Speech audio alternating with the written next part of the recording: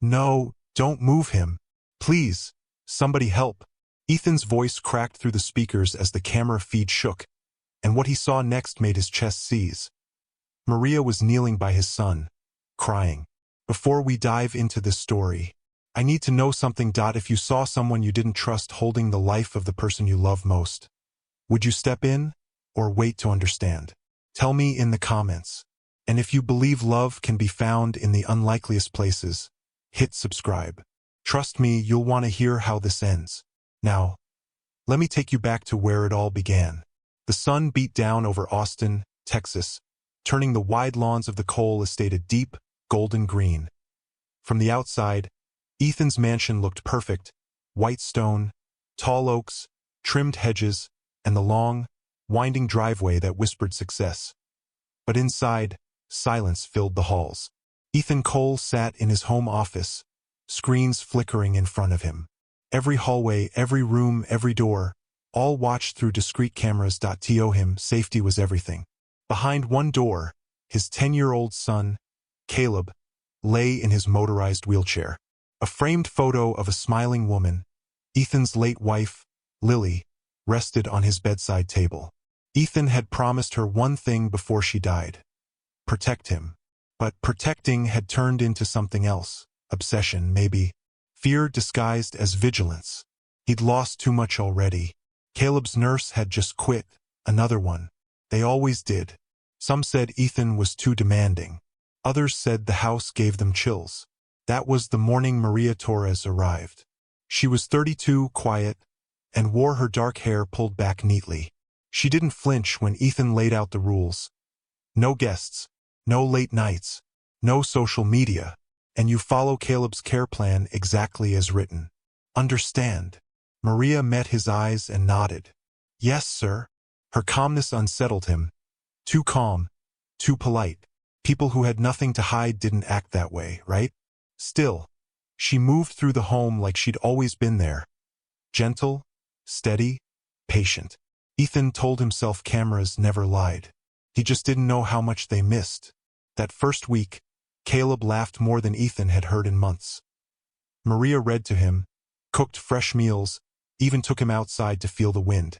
Ethan would watch from his office, eyes fixed on the security feed. Maria's kindness was unnerving. Too good, too genuine.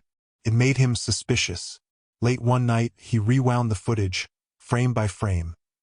There she was, sitting by Caleb's bed after he'd fallen asleep. She wasn't on duty then. She didn't have to be there. Ethan turned up the volume. Maria whispered softly, "You're stronger than you think, Caleb. Don't believe what fear tells you." He froze. Those were Lily's words, his late wife's words. The next morning, he confronted Maria in the kitchen. "You were in my son's room after hours," he said flatly. Maria looked up from the counter. "He had a bad dream. He called for me." "I pay you to follow rules," Ethan said. "I did," she replied calmly. "I took care of him." Ethan's jaw tightened. "I'll decide what that means." Maria didn't argue. She just nodded and returned to making breakfast. It infuriated him, that quiet confidence, that refusal to defend herself. She wasn't breaking rules. She was breaking through walls Ethan didn't even know he'd built. Days turned into weeks. Ethan started noticing changes, not just in Caleb, but in the house itself. There was laughter again. Music in the mornings. Caleb even started painting. Still, something about Maria's silence nagged at Ethan. One afternoon, while she and Caleb were outside, Ethan checked her background again. The file was thin, too thin. Just a local address, no family listed, no references beyond a small church. He clicked his pen nervously. "What are you hiding, Maria?" That night, a storm rolled over Austin. Wind rattled the windows. Thunder echoed down the halls. Ethan checked the monitors.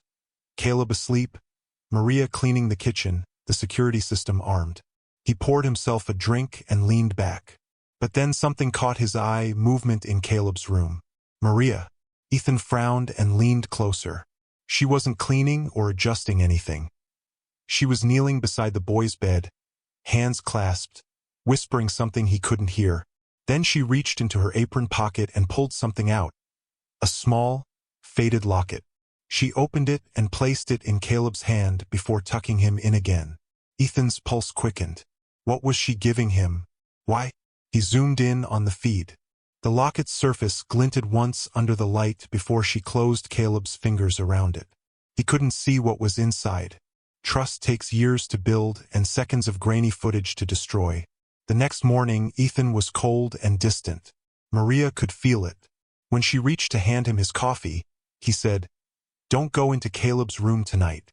Her brows furrowed. "Is something wrong?" "You tell me," he said quietly. Maria hesitated, then nodded. Understood. That night, Ethan waited until the house went dark. He opened the security feed again, eyes scanning for movement. Nothing. Then a flicker. Caleb's light was on. Maria stood beside him again, speaking softly. Ethan slammed his glass down and switched to the audio channel. Static, then a whisper. "He watches to protect you. But who protects him?" His breath caught. He turned off the screen. He'd built cameras to see everything. Yet somehow he was blind to the truth unfolding in front of him. Outside, the storm had passed, leaving the Texas sky quiet and bruised. Inside, Ethan sat alone in his office, screens glowing around him. In one window, Maria tucked Caleb in, brushed his hair from his forehead, and whispered something that made the boy smile in his sleep. Ethan leaned back, unsure whether to be angry or grateful. He didn't know it yet, but that night would be the last time he watched Maria through a camera. Because the next night, what he saw on that screen would change everything he thought he knew about her, and about love. The next morning started quietly, too quietly. The air in the Cole mansion felt heavier than usual, like the house knew something Ethan didn't. Maria hummed in the kitchen, making pancakes from scratch. Caleb sat in his wheelchair by the island, laughing as she flipped one midair. Ethan stood by the doorway, watching. The sound of Caleb's laughter should have warmed him, but it only reminded him how much power the stranger had in his home. He needed to know the truth. That afternoon, he called his security company. "I want a full system check," he said. "Make sure all cameras are recording, especially the ones in Caleb's room." The technician's voice came through the phone. "Sure thing, Mr. Cole. But just so you know, those cameras have been triggered a lot lately. Someone's been tampering with the feeds." Ethan froze. "What do you mean tampering?" "Just small things. Brief signal drops. Audio cuts. Almost like interference." Ethan's hand tightened around the phone. "Send me the last 24 hours of footage." That night, when the house went quiet again, Ethan sat in front of his screens, a single lamp lighting the room. The footage began to play. Maria helping Caleb with dinner, reading to him, and finally turning off the light. Then static. For 5 seconds, the screen went black. When it came back on, Ethan's breath hitched. Maria wasn't alone in the room. A man stood beside her, mid-40s, slim, wearing a dark jacket. Maria handed him an envelope. He nodded, then disappeared into the hallway. Ethan's stomach twisted. Who was that man? He rewound it 3 times, zoomed in, enhanced the image, but the man's face was always just out of frame. Ethan leaned back in his chair, anger rising in his chest that he trusted her with his son. His only reason for living, and she was sneaking strangers into his house? He opened his phone and started recording the footage. Tomorrow she'd have to explain. Morning came with a strange calm. Birds sang outside. The smell of bacon filled the air, and for a moment, the house felt almost normal. Ethan sat at the breakfast table. Maria entered with a tray, smiling softly. "Good morning," she said. He didn't return the smile. "Who was in my son's room last night?" Her hand froze mid-air. "What?" "I have it on camera. A man. You handed him something. Who is he?" Maria set the tray down slowly. "That's not what you think." "Then what is it?" His voice rose. "You lied to me." Caleb's spoon clattered to the floor. "Dad, stop." But Ethan couldn't stop. Months of fear and exhaustion boiled over.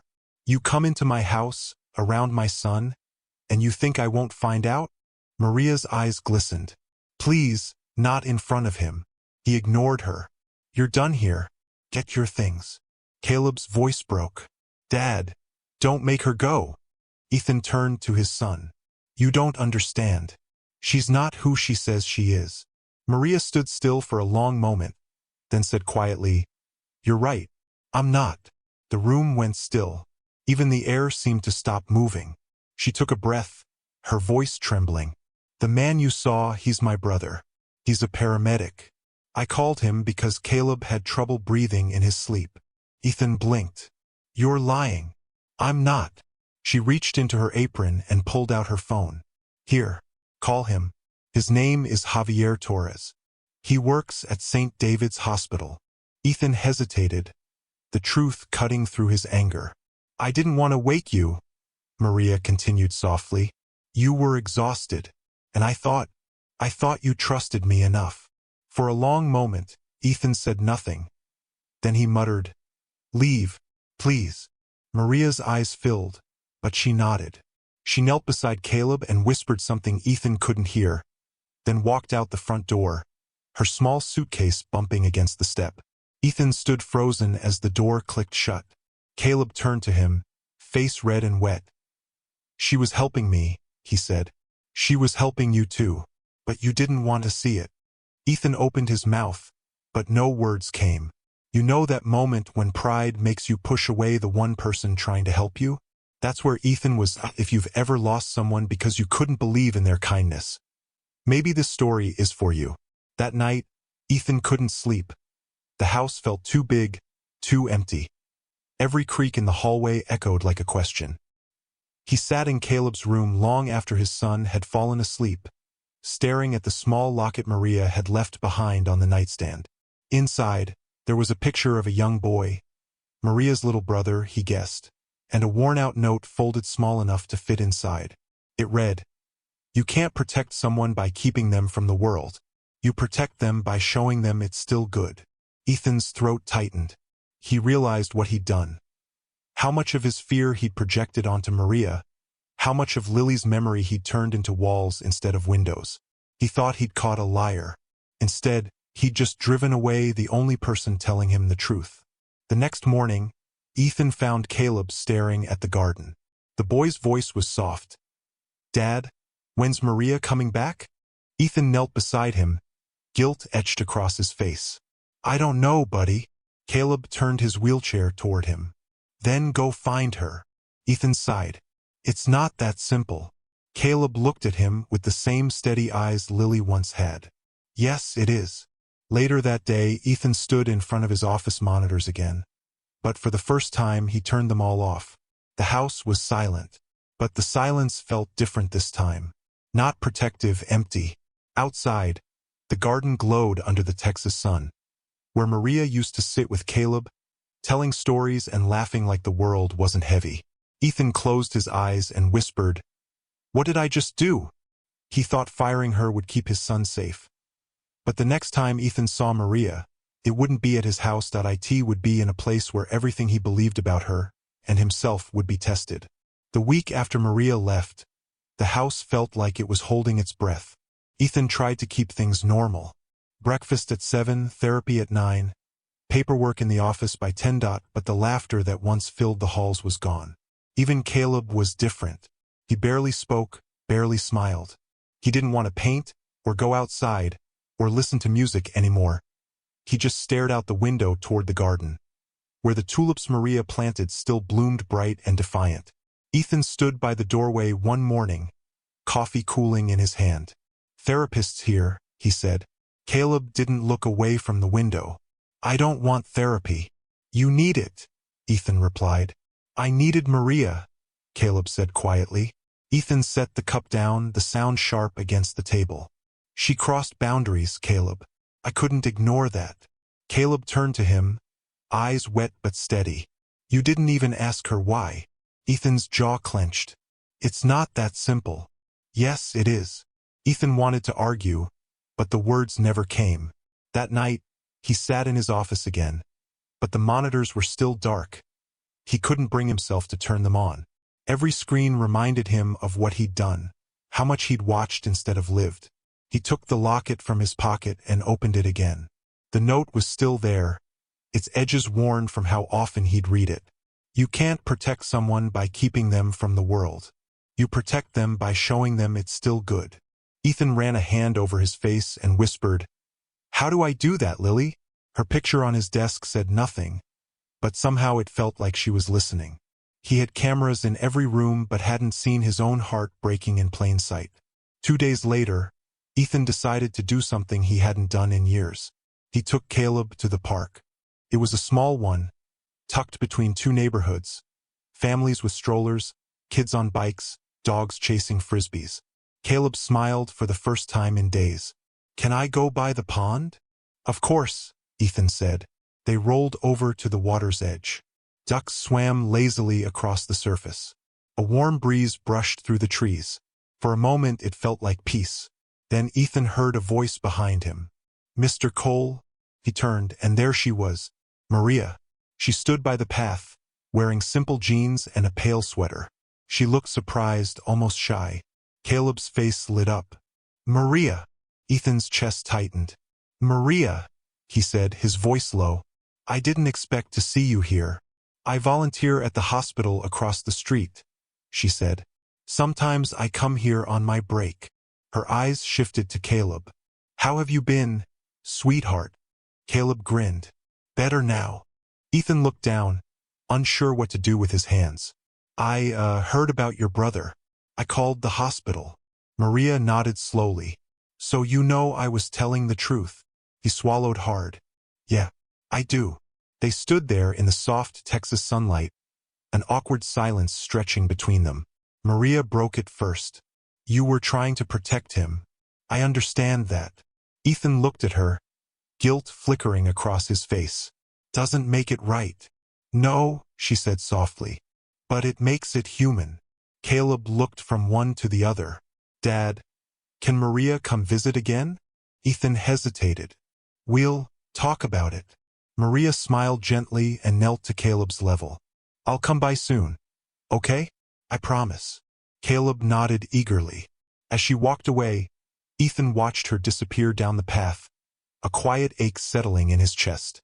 Sometimes forgiveness shows up in the park on a Wednesday afternoon. Quiet, unexpected, and too soon to be grasped. That night, Ethan sat with Caleb in the living room. They watched an old baseball game, something they used to do when Lily was alive. Caleb leaned his head against Ethan's arm. "You should say sorry." Ethan stared at the screen. "I know." "Then why don't you?" Ethan sighed. "Because I don't know if she'd listen." Caleb looked up at him. "She will." Later, after Caleb had gone to bed, Ethan walked through the house that he passed the kitchen, the hallway, the garden. Every space still carried traces of her. Flowers she'd planted, recipes taped to the fridge, soft music that lingered in memory. He stepped outside. The night air was cool, carrying the faint hum of crickets. The garden lights glowed softly against the tulips. Ethan knelt beside them, his voice barely above a whisper. "You were right, Maria, about everything." He closed his eyes, feeling the weight of his pride press against his ribs. For the first time in years, Ethan let himself cry. Not out of anger, but release. Sometimes healing begins with admitting you were the one who broke what you loved. The next morning, Ethan woke up to an email from the hospital. Subject line: Volunteer Appreciation Day, families welcome. At the bottom, a note from Maria. "If you and Caleb are free, we'd love to see you there." Ethan smiled softly. He looked toward Caleb's room, where laughter was finally starting to return. Maybe it wasn't too late. He thought the cameras had shown him everything. But what he was about to see in person at that hospital would finally show him who Maria really was. The next Saturday, the sun rose warm over Austin. The sky was a deep Texas blue, and the hum of traffic drifted from the highway. Ethan almost turned the car around twice on the way to St. David's Hospital. He'd rehearsed what he might say if he saw Maria again, but every version sounded wrong. Caleb, in his wheelchair beside him, broke the silence. "Dad, you're driving like you're scared." Ethan gave a half-smile. "Maybe I am." Caleb laughed softly.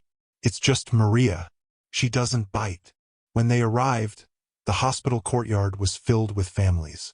Tables of snacks, colorful banners, and volunteers in blue t-shirts. Ethan pushed Caleb's chair through the crowd. Then he saw her. Maria stood by a booth decorated with paper hearts, her hair tied back, smile easy and warm. She was helping a little boy stack blocks on a table. When she noticed Ethan and Caleb, her expression softened, but there was a flicker of hesitation. "Two. Hi," she said, wiping her hands on her apron. Ethan cleared his throat. "Hey." Caleb waved eagerly. "Maria." She came closer, kneeling so she was eye level with him. "Look at you. You look stronger." Caleb grinned. "Dad's been making me eat oatmeal again." Maria laughed, and Ethan felt a warmth spread through his chest, one he hadn't felt in months. They spent the next hour walking through the courtyard. Maria showed Caleb how the therapy garden worked. Raised flower beds where kids could learn to plant and care for things, even from a wheelchair. Caleb touched the soil, smiling wide. "Maria, you made this?" "Me and some volunteers," she said. "We wanted to give the kids something alive to take care of." Ethan watched her as she spoke to his son with patience and love. It struck him then. She wasn't just good at her job. She was good for people. He'd installed cameras to catch danger, but maybe what he'd really captured was kindness in motion. A light breeze moved through the courtyard. Maria glanced up at Ethan. "Would you like to help us plant something?" He hesitated. "I don't really know much about gardening." She smiled. "That's okay. It's not about skill. It's about patience." Ethan knelt beside them, hands awkward in the dirt. Caleb laughed as Ethan tried to follow Maria's instructions. For a few minutes, everything was simple again. Maria brushed a bit of soil from Caleb's sleeve. "You're getting better at this." Caleb looked at Ethan and whispered, "So is he." Maria smiled faintly. "Yeah, he is." Later, Ethan followed her to the refreshment table. "I owe you an apology," he said quietly. Maria didn't look up right away. "You already said that with your eyes, Mr. Cole." "Ethan," he corrected gently. "Just Ethan." She met his gaze then, and something softened between them. An understanding, not romance, but the start of trust rebuilt. "I wasn't just protecting Caleb," Ethan said. "I was protecting myself. After Lily died, I thought safety meant control." Maria's eyes were kind. "Sometimes safety is just love in disguise. You tried to build walls around it." Ethan nodded slowly. "You broke them." Maria smiled faintly. "Maybe you were ready for them to fall. Some walls don't need breaking. They just need someone to knock softly until you open the door yourself." As the event ended, Maria invited Ethan and Caleb to stay behind to help clean up. They stacked chairs, packed leftover snacks, and folded banners together. At one point, Maria caught Ethan watching her. "You're thinking too hard," she said lightly. He chuckled. "Guilty. I'm just realizing I didn't really know you before." "You weren't supposed to," she said. "You were supposed to know Caleb." Ethan frowned. "And now," Maria smiled. "Now, maybe you can know both of us." The three of them walked to the parking lot. The Texas sky had turned orange with sunset. Caleb dozed off in his chair, worn out but happy. Maria tucked a blanket around him. "He's a brave kid," she whispered. "He gets it from his mom," Ethan said softly. "But lately, I think he gets it from you too." She looked away, her voice gentle. "You give him the love that keeps him brave." For a long moment, silence filled the space between them. Not heavy, just real. Then Maria took a deep breath. "You know, we still need volunteers on weekends. Maybe you and Caleb could help." Ethan smiled. "We'd like that." "Have you ever been stuck with someone who taught you more about yourself than you were ready to learn?" "Tell me what happened." That night, back at home, Ethan carried Caleb to his room and tucked him in. The boy stirred sleepily. "Did Maria forgive you?" he murmured. Ethan brushed his hair back. "I think she already had." Caleb smiled faintly. "Good, 'cause she makes the house feel alive." Ethan sat beside him until he fell asleep. Then he went out to the garden, where the tulips swayed softly under the porch light. He whispered, Lily, I think we're going to be okay. For the first time, he believed it. Forgiveness doesn't always come with grand gestures. It sometimes starts with planting seeds in someone else's garden. But peace never lasts long. Because 2 days later, a letter arrived. One that would reveal Maria's past wasn't as simple as it seemed. 2 days after the hospital event, Ethan sat at the kitchen table, sorting through mail. Bills, flyers, and then one envelope that stopped him cold. No return address. Inside was a single folded letter. The handwriting was small and neat. If you really trust your maid, ask her what happened in San Antonio. There was no signature. Ethan's stomach tightened. He read it twice, then a third time. The words felt heavy, deliberate, like someone knew exactly where to hit him. He told himself to ignore it. He wanted to ignore it. But that old fear crept in again, whispering that he couldn't afford to trust blindly. That night, after Caleb was asleep, Ethan sat by the fire, the letter in his hands. The crackle of wood filled the silence. He thought about Maria's calm voice, her steady hands, the way she'd brought warmth back into the house. But the letter wouldn't leave his mind. San Antonio. It was less than 2 hours away. He opened his laptop and began to type. The next morning, Maria arrived at the house early to take Caleb to the garden. Ethan greeted her with a tight smile. "Morning," she said gently. "Morning," he replied, forcing his voice steady. "I was wondering, where did you live before Austin?" She looked at him, puzzled. "San Antonio." "Why?" Ethan's pulse quickened. "Just curious." Maria's eyes softened a little, but she didn't ask further. She turned toward Caleb's room. "We'll be in the garden if you need us." As soon as she was gone, Ethan picked up his keys. He told himself it wasn't about doubt. But deep down he knew it was. The drive to San Antonio felt longer than usual. The miles blurred past, his thoughts chasing themselves in circles. He found the address listed on her employment form. A small apartment complex with faded paint and kids' bikes leaning against the stairs. He knocked once. No answer. A neighbor opened her door instead. "You looking for Maria Torres?" the woman asked. "Yes, I'm a friend." The woman sighed. "Sweet girl. Took care of her brother until he passed. Poor kid. Heart condition." Ethan froze. "Her brother? He's gone?" "About a year ago," the woman said. "She was working 3 jobs to pay his bills. Never asked for help. Always smiling, though." Ethan felt something collapse inside him. He whispered, "Thank you." The drive back to Austin was quiet. He thought about Maria's brother, how she'd held herself together through loss, through exhaustion, and still found time to care for his son. He'd accused her of lying, fired her, doubted her, and she'd still shown him kindness. By the time he pulled into the driveway, the guilt was unbearable. He found Maria in the backyard with Caleb. They were laughing about something. Caleb trying to feed a squirrel, Maria shaking her head in mock frustration. Ethan stood at the doorway for a moment, watching. Then he stepped outside. "Maria," he said softly. She turned, surprised by his tone. "Yes. I went to San Antonio today." Her face went still. "You what?" "I needed to understand," he said, voice low. "About your brother. About what happened." She set the bird feeder down, her hands trembling. "You shouldn't have done that," she whispered. "I know," Ethan said. "But I did."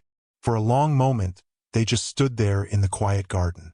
Finally, Maria spoke. Her voice cracked but stayed calm. "He was all I had left. Javier. He got sick fast. And I couldn't save him." Ethan's throat tightened. "Maria, I'm so sorry." She shook her head. "I'm not telling you this for sympathy. I made a promise to him that I'd help other kids fight harder than he could." Her voice broke then, and she turned away, tears slipping down her cheeks. "That's why I took this job. Why I stayed even when you made it hard. Because Caleb reminded me of him. The same smile, the same spirit." Ethan stepped closer, but she held up a hand. "You don't get to feel sorry for me, Mr. Cole. Not after you used those cameras like chains." Silence stretched between them, honest, heavy, but needed. Ethan's voice was rough when he finally spoke. "You're right. I don't deserve your forgiveness, but I'm asking for it anyway." Maria turned, eyes red but steady. "You can't erase what's been done, Ethan, but you can change what comes next." Ethan looked down. "I destroyed trust, but I want to rebuild it. Not just for Caleb, for me." Maria studied him, searching for something. "And why now?" "Because I saw what fear does," he said quietly. "It blinds you to the people who are actually saving you." Maria exhaled slowly. "Then start by listening." "I'm listening," he said. She nodded once. "Then forgive yourself. Because until you do, you'll keep hurting everyone who tries to love you." The words hit him harder than he expected. For the first time, Ethan didn't argue. It's strange how forgiveness works. We always think it's for the other person, but sometimes it's the only way to save ourselves. If you've ever learned that the hard way, this story might be closer to yours than you think. That night, Maria stayed for dinner. It wasn't planned. Caleb insisted, and she didn't have the heart to say no. The three of them sat around the table. The food wasn't fancy, but the silence felt peaceful for once. Ethan looked at Maria and said, "You once told Caleb not to believe what fear tells him. I think I finally understand what you meant." Maria smiled softly. "Fear keeps us safe, but it also keeps us small." He nodded. "I'm done being small." When she left that evening, Ethan walked her to her car. The porch light cast a soft glow over the driveway. Maria looked at him, something unspoken in her eyes. "Good night, Ethan." "Good night, Maria. And thank you for staying when you could have walked away." She gave a small smile. "Maybe I saw something worth staying for." Sometimes healing isn't loud. It's a quiet dinner, an honest word, and the courage to face yourself. But peace never comes without one last storm. Because the next morning, Ethan would wake up to find Maria gone, and this time it wouldn't be by choice.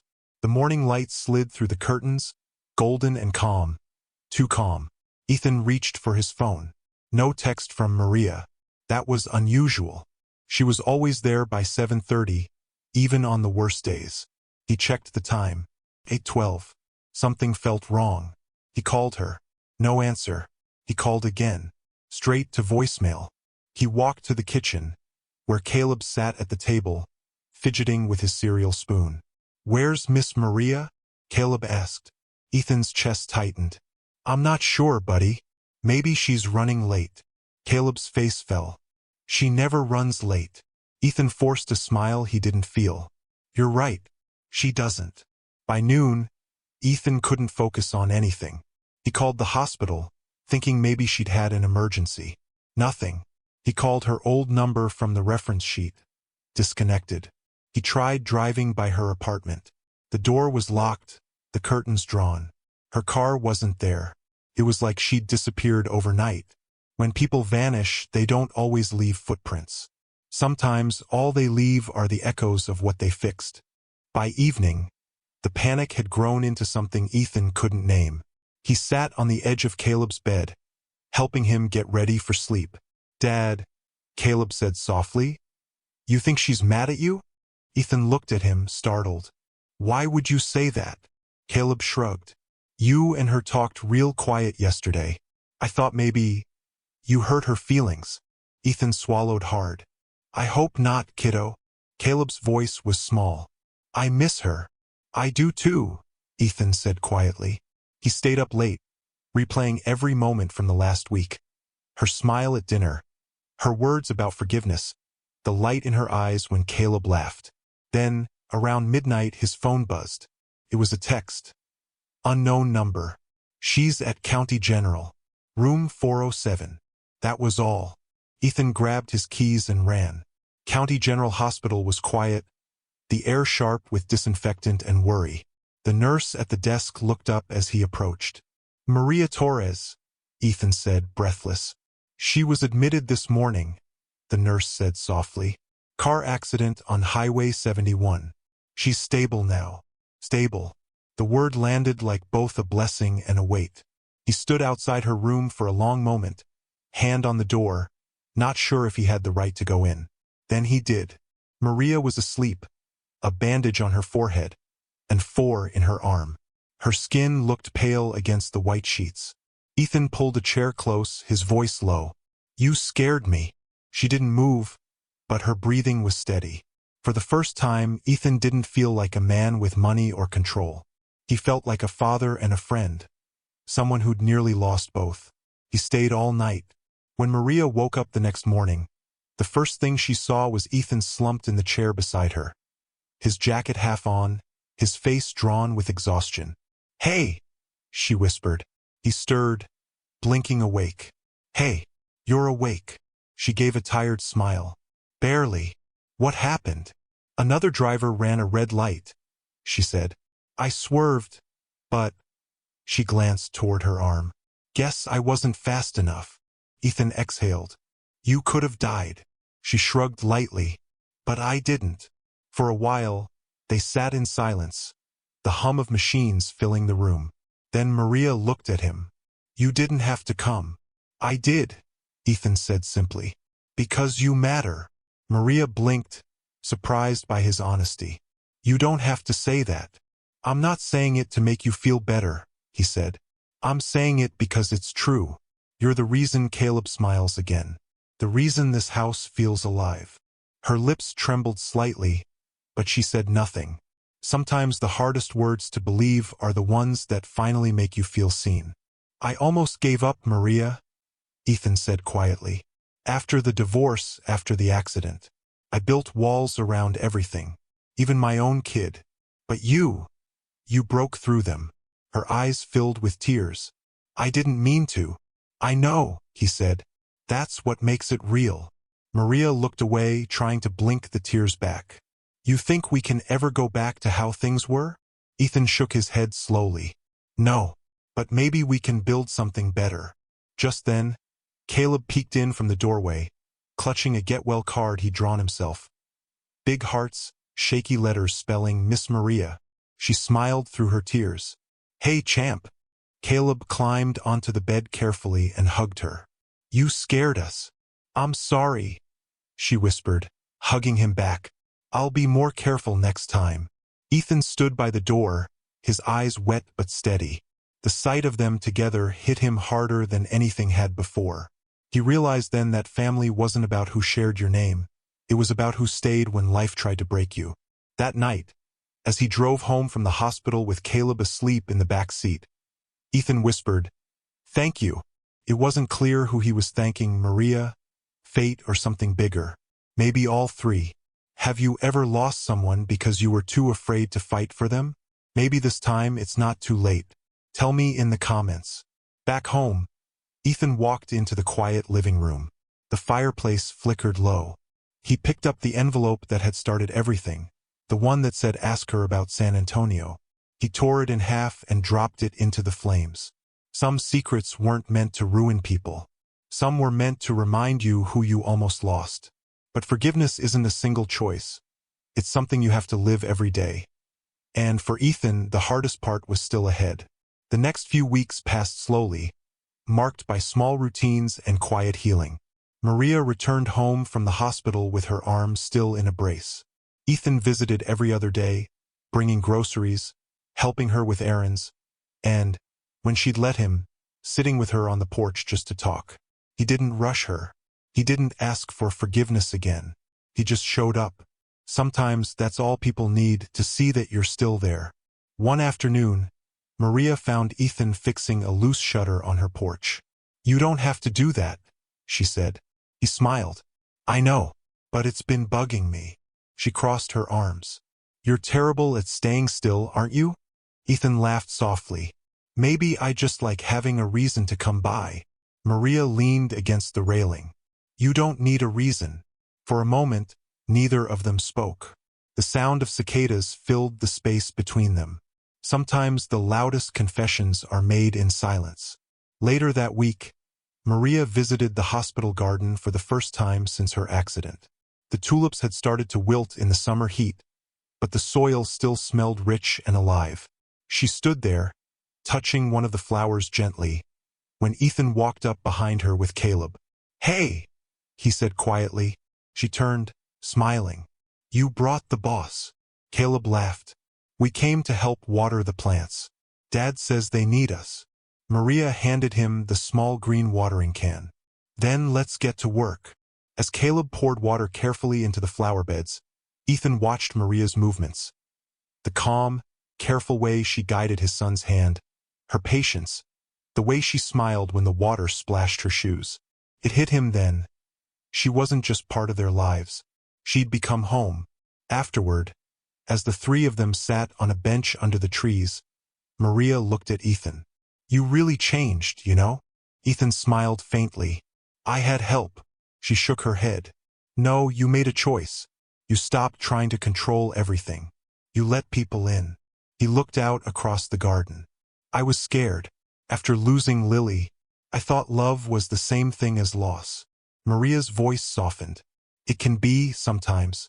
But love is also what makes loss bearable. They sat quietly. A breeze passed through the trees, carrying the scent of soil and summer air. Caleb's laughter echoed faintly as he chased a butterfly near the fence. Ethan glanced at Maria, and she caught his EYNO words were spoken. None were needed. Because in that stillness they both knew something had healed. Not perfectly, not completely, but enough. Enough to start again. That night, Ethan tucked Caleb into bed and walked out to the garden alone. The security cameras still sat in the corners of the yard, blinking faintly. He took a deep breath and unplugged each one, setting them carefully on the patio table. Some things, he murmured, don't need watching anymore. He turned and looked at the sky. The stars over Austin glowed bright, and for the first time in a long while, he didn't feel the weight of fear pressing on his chest. Peace doesn't arrive like thunder. It sneaks in like breath, quiet, steady, and finally enough. A few days later, Maria stopped by the house for dinner. Caleb had made spaghetti, and Ethan had burned the garlic bread. They laughed over it anyway. After dinner, Ethan walked her out to her car. Thank you, he said. For what? For not giving up on us. Maria smiled gently. You gave me something to believe in again, too. He hesitated, searching for words. I don't know what this is between us, Maria, but it's real. Her eyes softened. It doesn't need a name, just honesty. He nodded. Then I'll be honest. You're family now. She blinked, holding back emotion. That's all I ever wanted to be. But the truth about love is, it doesn't end with forgiveness. It grows roots. And when the storm comes again, you find out just how deep they go. 6 months later, Austin woke up to a gentle spring morning. The air was clear after a night of rain, and the sun was sliding over the rooftops like a promise. Ethan stood by the kitchen window, pouring coffee into 2 mugs. One had Caleb's doodles on it. The other was bright yellow, Maria's favorite. The house felt alive again. Music from the radio hummed low. Caleb's laughter drifted from the living room as he played with their golden retriever, Max. Maria came in through the back door, her hair loose, a basket of groceries in her arms. You're up early, she said, smiling. Ethan smiled back. Old habits. Couldn't sleep. She set the basket down.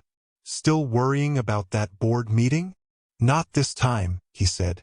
Just thinking about how far we've come. She paused, studying his face. You've changed, Ethan Cole. He chuckled softly. You keep saying that. Well, it's true. The old you would have been glued to a screen, not cooking breakfast with Royale eggs. Ethan grinned. Don't get used to it. I'm still learning how to flip pancakes. Maria laughed, the sound light and easy. Sometimes healing doesn't look dramatic. It looks like pancakes on a quiet morning, shared with the people who stayed. Later that morning, the 3 of them headed to the hospital garden. Caleb insisted on bringing his watering can, and Ethan carried a tray of new tulips they'd picked up on the way. The garden had grown wild since that first day months ago. Flowers of every color filled the beds. There was a new plaque near the gate that read, "For those who teach us love through courage." Maria knelt beside Caleb, showing him how to press a bulb gently into the soil. Ethan crouched next to them. Remember how scared I was to touch dirt? He said. Maria smiled. Now look at you, a real gardener. Caleb giggled. Dad, you're getting better. Ethan smiled. Yeah, kiddo. I guess I am. They worked until the sun climbed high, then sat under the tree in the corner. The three of them shared sandwiches and watched other families walk by. Maria leaned back on her hands. You ever think about what you'd be doing if we'd never met? Ethan thought for a moment. I'd still be afraid. I'd still think love was something you could lose forever. She nodded quietly. And now I know it's something you keep alive. Like these flowers. Maria smiled faintly. You finally stopped guarding your heart. He glanced at her. You taught me how.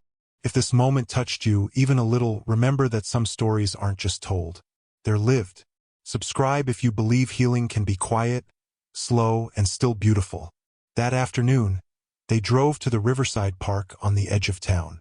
It was the same place Lily used to take Ethan before she got sick. The place, she said, felt like home. Ethan had avoided it for years. But now, walking along the trail with Maria and Caleb beside him, it didn't hurt the same way. They stopped by a wooden bench overlooking the water. Ethan sat down, his eyes on the rippling surface. This is where Lily told me we were having Caleb, he said softly. Maria reached for his hand, not as comfort, but as connection. She'd be proud of both of you. Ethan nodded slowly. I hope so. I think she'd like you. Maria smiled faintly. I think so too. For a while, they sat in silence, the breeze moving through the trees, birds skimming the surface of the river. Caleb tossed pebbles into the water, counting each ripple. Ethan watched him and thought of every night he'd sat alone, afraid that happiness had an expiration date. Maria brushed a strand of hair behind her ear and looked at the boy, then at the man beside her, and no one said a word. They didn't need to, because in that soft, quiet moment, everything made sense. The loss, the fear, the forgiveness, it all led here. And for once, silence didn't feel empty. It felt full. Later, they walked back toward the parking lot, the sun dipping behind the trees. Caleb rode ahead in his chair, humming an old country tune he'd picked up from the radio. Ethan looked at Maria. I used to think happy endings didn't exist. And now? She asked. He smiled. Now I think they're just beginnings we don't recognize yet. Maria laughed softly. That's the most poetic thing I've heard you say. He chuckled. Don't get used to it. Every ending carries the heartbeat of a beginning, if you're brave enough to listen for it. That evening they returned home. Caleb went straight to bed, worn out from the day. Ethan and Maria stood in the doorway for a long moment, the glow from the living room light wrapping them both in gold. Maria looked at him. You ever think about the first time we met? He nodded. Yeah, I was angry, lost, and you were too kind for your own good.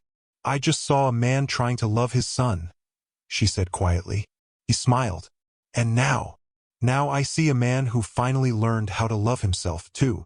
They stood there, a few feet apart, not saying anything. The air smelled faintly of rain and fresh earth. Then Ethan took a small step forward. Maria, he said, his voice low but sure. Thank you for saving my family. She shook her head gently. You already had one. You just needed to see it. He smiled. And in that small, wordless moment, the world felt right again. If you've ever believed that love could grow from broken places, you already understand this story. Subscribe, because some endings deserve to be remembered. That night, after Maria left, Ethan walked out into the garden. The tulips swayed softly under the porch light. He took one of Lily's old wind chimes from the shed and hung it by the door. When the wind moved through it, the sound was clear and soft, like laughter carried on the air. Caleb's voice came sleepily from the window. Dad. Ethan looked up. Yeah, buddy? Do you think Mom can hear that? Ethan smiled. Yeah, I think she can. He stood there for a long time, the chimes singing above him, the garden alive beneath his feet, and the stars bright over Austin. He wasn't guarding life anymore. He was living it. Do you believe some people are worth the wait? Drop a heart in the comments if this story hit you. Thank you for watching this story to the end. If you enjoyed this story, you will surely love the next one. It's as crazier and more intriguing as you can ever imagine. So do check it out. Click on the image showing on your screen right now to watch the next one.